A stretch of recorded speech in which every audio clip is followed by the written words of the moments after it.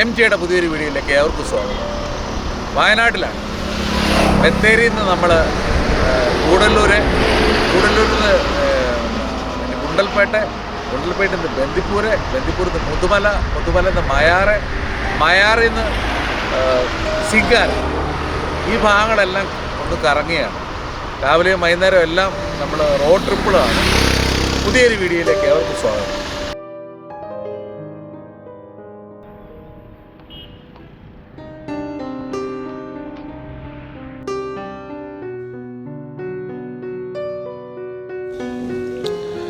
ഇരളം forest ക്യാമ്പിന് മുമ്പുള്ള ദിവസങ്ങളാണ്. സുൽത്താൻ ബത്തേരി മിൻറ്റ് ഹോട്ടലിൽ താമസിച്ചുകൊണ്ട് പുൽപ്പള്ളി, ഇരളം, മുത്തങ്ങ, ബന്ദിപ്പൂർ, മുതുമല ഫോറസ്റ്റുകളിൽ നടത്തിയ യാത്രകളുടെ ആദ്യ ദിനമാണിന്ന്.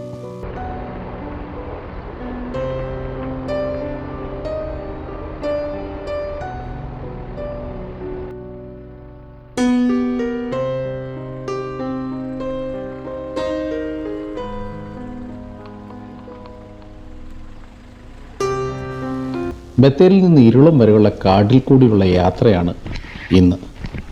ഞങ്ങൾക്കൊപ്പം യാത്ര ചെയ്യുക, ഈ കാടിനെ ആസ്വദിക്കുക.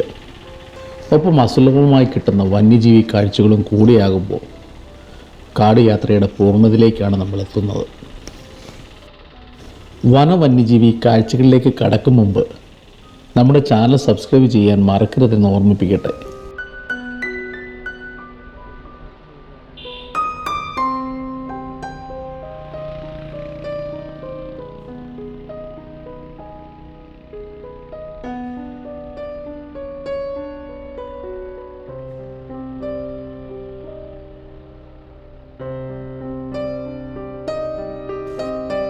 വയനാട് ഫോറസ്റ്റിനെ പല ഡിവിഷനുകളിലായാണ് തിരിച്ചിരിക്കുന്നത്. അതിലെ ഇരളം ഫോറസ്റ്റിൻ്റെ കീഴിലുള്ള കാഴ്ചയാണ് നമുക്ക് മുന്നിലുള്ളത്. കേരള സംസ്ഥാനത്തിലെ 12ാം ജില്ലയാണ് വയനാട്. കൽപ്പറ്റയാണ് ജില്ലയുടെ ആസ്ഥാനം. 1980 നവംബർ 1 വയനാട് ജില്ല രൂപം കൊണ്ടത്. കേരളത്തിലെ ഏറ്റവും കുറഞ്ഞ ജനസംഖ്യയുള്ള ജില്ലയാണിത്. കോഴിക്കോട്, കണ്ണൂർ എന്നീ ജില്ലകളുടെ ഭാഗമായിരുന്ന സ്ഥലങ്ങൾ അടർത്തിയെടുത്താണ് വയനാട് ജില്ല രൂപം കൊണ്ടത്.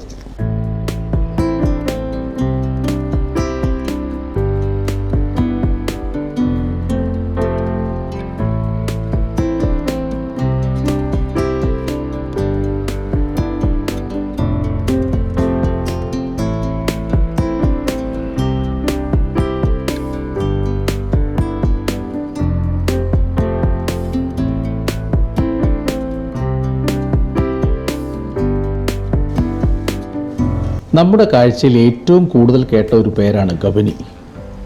കബനി നദിയാണ് ഈ ജില്ലയിൽ കൂടി ഒഴുകുന്ന പ്രധാന നദി. കർണാടക, തമിഴ്നാട് സംസ്ഥാനങ്ങളുമായി അതിർത്തി പങ്കിടുന്ന കേരളത്തിലെ ഏക ജില്ല കൂടിയാണ് വയനാട്. ഡെക്കാൻ പീഠഭൂമിയുടെ തെക്കേ അറ്റത്താണ് വയനാട് ജില്ല നിലകൊള്ളുന്നത്.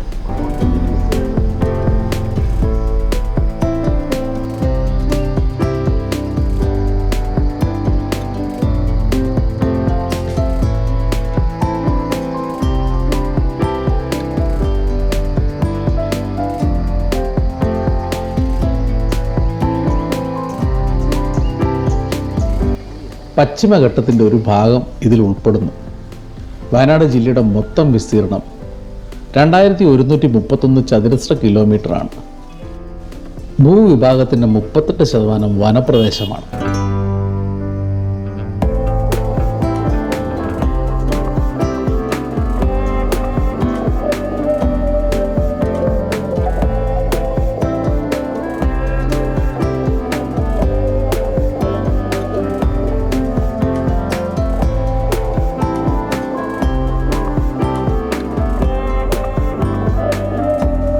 വയനാട് എന്ന പേരിൻ്റെ ഉറവിടത്തെക്കുറിച്ച് ചരിത്രകാരന്മാർക്കിടയിൽ വിഭിന്നമായ അഭിപ്രായങ്ങൾ നിലവിലുണ്ട്. വയൽ നാട് അല്ലെങ്കിൽ കാടുകളുടെ നാട് എന്ന അർത്ഥത്തിൽ നിന്നാണ് വനനാട് എന്ന പേര് രൂപം കൊണ്ടത്. പിന്നീട് കാലക്രമേണ അത് വയനാട് ആയതാവാമെന്നാണ് അവരുടെ കണക്കുകൂട്ടൽ.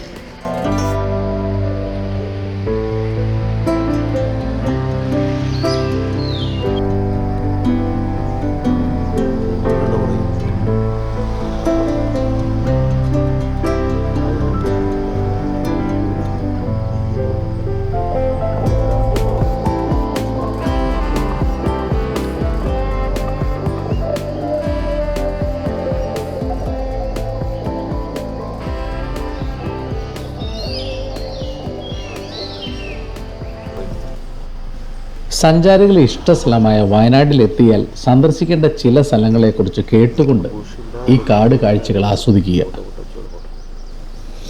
ഇടയ്ക്കൽ ഗുഹ, കാന്തൻപാറ വെള്ളച്ചാട്ടം, കാരാപ്പുഴ അണക്കെട്ട്, കിടങ്ങനാട് ബസ്സി, കുറുവാദ്വീപ്, കായക്കുന്ന്, ചെങ്ങലമരം, ചെമ്പ്ര കൊടുമുടി, തിരുനെല്ലി ക്ഷേത്രം, പഴശ്ശിരാജ സ്മാരകം, പക്ഷിപ്പാതാളം, പൂക്കോട്ട് തടാകം, ബത്തേരി ജൈനക്ഷേത്രം, ബാണാസുര സാഗർ അണക്കെട്ട്, ബ്രഹ്മഗിരി മലനിരകൾ, മീൻമുട്ടി വെള്ളച്ചാട്ടം, മുത്തങ്ങ, വയനാട് വന്യജീവി സംരക്ഷണ കേന്ദ്രം, സൂചിപ്പാറ വെള്ളച്ചാട്ടം, ആറാട്ടുപാറ, കല്ലാട് തടാകം, കൊളകപ്പാറ, ഫാൻഡം റോക്ക്, കുറുമ്പാല കോട്ട, 900 കണ്ടി, എന്നൂര്, പഴശ്ശി എക്കോ പാർക്ക്, കുറുമ്പാല കോട്ട, കാട്ടിച്ചിറക്കൽ മക്കാം ശരീക്ക്, ബാവലി മക്കാം എന്നിങ്ങനെ കാഴ്ചകൾ നീണ്ടു നിവർന്നു കിടക്കുന്നു.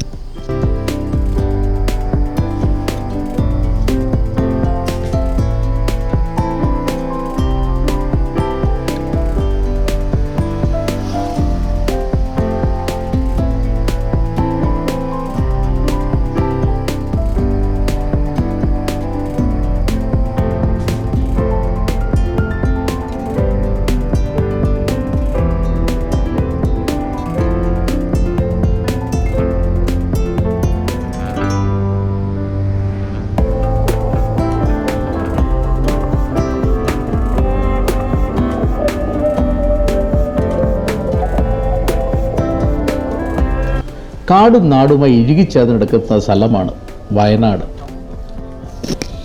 ഇവിടുത്തെ സസ്യജാലങ്ങളും ജീവവർഗങ്ങളും ഇവയൊക്കെയാണ്. പലതരത്തിലുള്ള സസ്യജാതികളുടെ ആവാസ കേന്ദ്രമാണ് ഈ വനപ്രദേശം. മാരുതി, കരുമരുതി, വെണ്ടേക്ക്, ദേവദാരു, മഴുക്കാഞ്ഞിരം, വേങ്ങൽ എന്നീ മരങ്ങളും വിവിധ തരത്തിലുള്ള മുളകളും തുടങ്ങിയവ ഈ കേന്ദ്രത്തിലെ സസ്യജാലങ്ങളിൽ പ്രധാനപ്പെട്ടവയാണ്.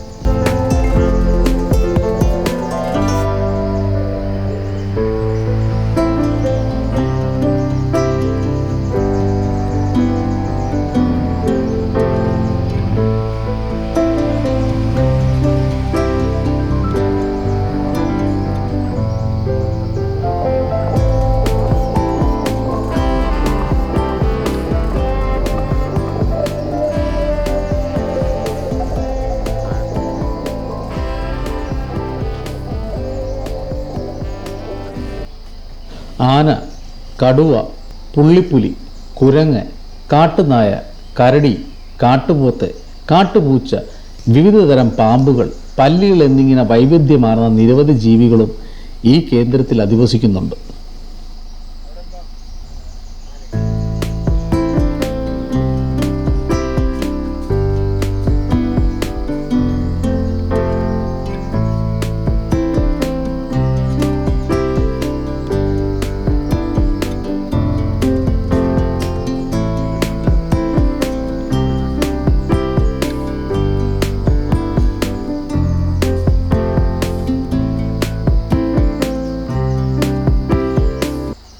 ആയിരത്തി 1973 വയനാട് വന്യജീവി സംരക്ഷണ കേന്ദ്രം സ്ഥാപിച്ചത്. 1990-92 കാലഘട്ടങ്ങളിൽ ഈ കേന്ദ്രത്തെ പ്രോജക്റ്റ് എലിഫന്റ് പദ്ധതിയിൽ ഉൾപ്പെടുത്തി. 345 ചതുരശ്ര കിലോമീറ്റർ വരുന്ന വന്യജീവി സംരക്ഷണ കേന്ദ്രം അപ്പർ വയനാട്, ലോവർ വയനാട് എന്നിങ്ങനെ 2 ഭാഗങ്ങളായി തിരിച്ചിട്ടുമുണ്ട്.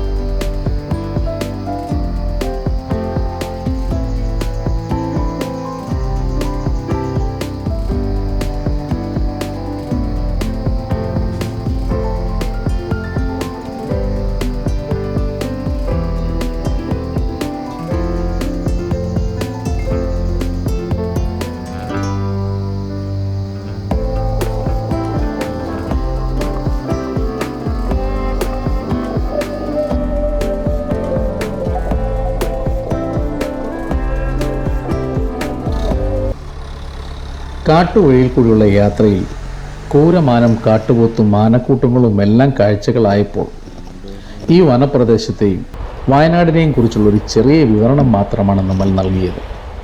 സുൽത്താൻ്റെ പടയോട്ട കാലങ്ങളും പഴശ്ശിരാജാരുടെ ചരിത്രങ്ങളും ഉൾപ്പെടെ ഈ മണ്ണിൽ ചരിത്രങ്ങളായി അവശേഷിക്കുമ്പോൾ വയനാട് എന്ന മനോഹര നാട്ടിലേക്കുള്ള എൻ്റെ ആ മനോഹര യാത്രകൾ തുടർന്നുകൊണ്ടിരിക്കും.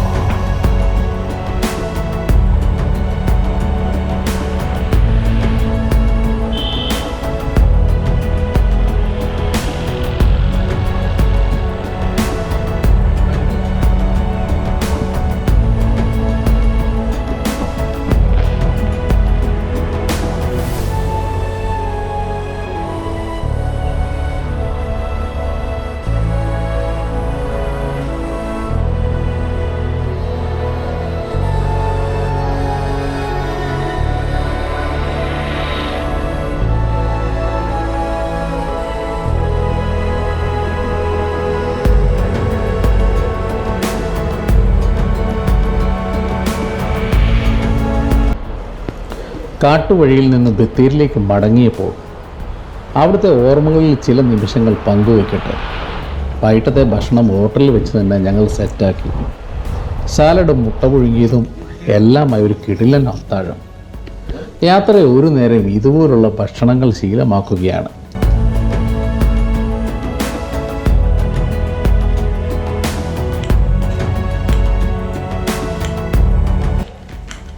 ഈ കാഴ്ചകളിൽ നിന്ന് മടങ്ങുമ്പോൾ ആ ദിനങ്ങളിൽ നമ്മൾ അനുഭവിച്ച സന്തോഷവും ആ കാടിനെക്കുറിച്ചുള്ള ഫീലുകളും എല്ലാം മനസ്സിൽ താലൊലിച്ച് മടങ്ങുകയാണ്. പുതിയ അനുഭവങ്ങളും പുതിയ കാഴ്ചകളുമായി വീണ്ടും എത്തുന്നതാണ്. വനയാത്രകൾ മനസ്സിൽ താലൊലിക്കുന്നവർക്കായി ഈ യാത്രകൾ സമർപ്പിക്കട്ടെ.